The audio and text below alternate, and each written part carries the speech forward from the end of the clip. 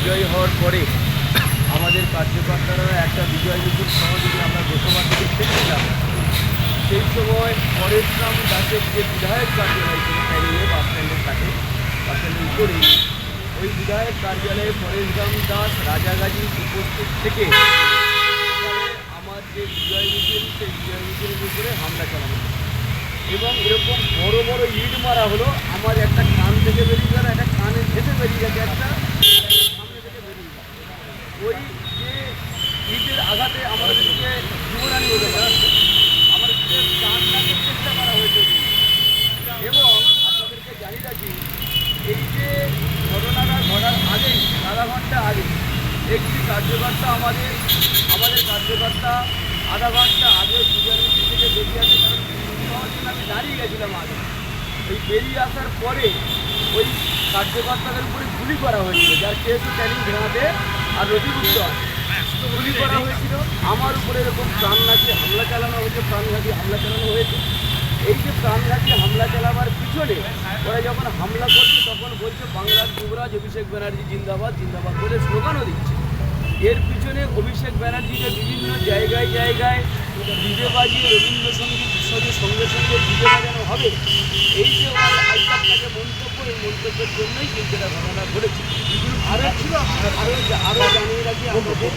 আরও জানিয়ে রাখি 2018 সাল থেকে যে 321 জন যে বিজেপি কার্যকর্তা হত্যা হয়েছে, এই যে টিএমসি হারমাদ গুন্ডা বাহিনীর তরফ থেকে, তার পিছনে কিন্তু অভিষেক ব্যানার্জির প্রত্যক্ষ মদত, তার এই সমস্ত উস্কানিমূলক বক্তব্যই কিন্তু কাজ করেছে।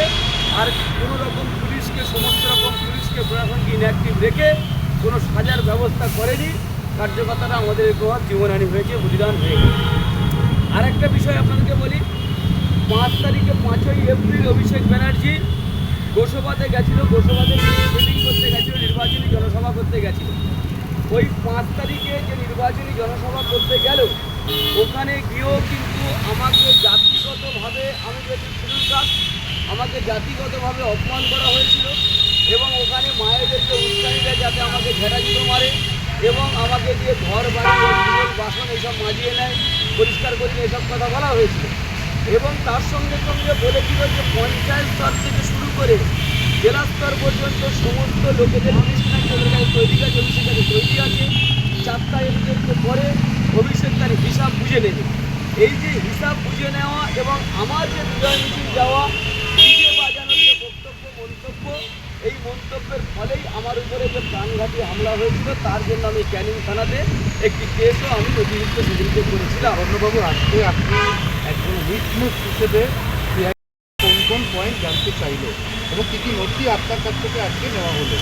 ওই যে যেগুলো আমাকে ওরকমভাবে যে হামলা হয়েছিল তার যে বিষয়বস্তু সম্বন্ধে জানতে চাইলো, আর ওই গোসবার বিষয় নিয়ে আমি বললাম, আমাদের কার্যকর্তার উপর যে গুলি চলেছিল আধা ঘন্টা আগে, এটাও আমি বললাম। এবং তার যে অভিষেক ব্যানার্জি আমি শাস্তির দাবি জানাই।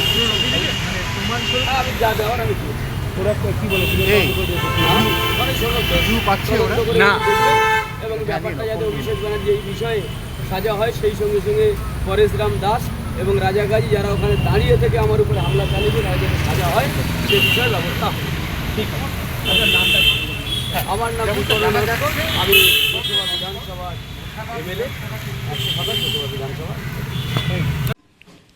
দেখুন, 4 মে যখন গোসাবা বিধানসভা তৃণমূলকে পরাস্ত করে গণনা কেন্দ্র থেকে আমরা গোসাবার দিকে রওনা হচ্ছিলাম, আমাদের বিধায়ক সহ কয়েকশো কর্মী কার্যকর্তা, তখন বিধায়ক পরেশরাম দাস এবং বাসন্তীর গুন্ডা মস্তান, খুনি দুর্নীতিপরায়ণ রাজাগাজী, তারা এই পরেশরাম দাসের বিধায়ক কার্যালয়ে জড়ো হয় লাঠি শটা ইট পাটকেল বন্দুক নিয়ে।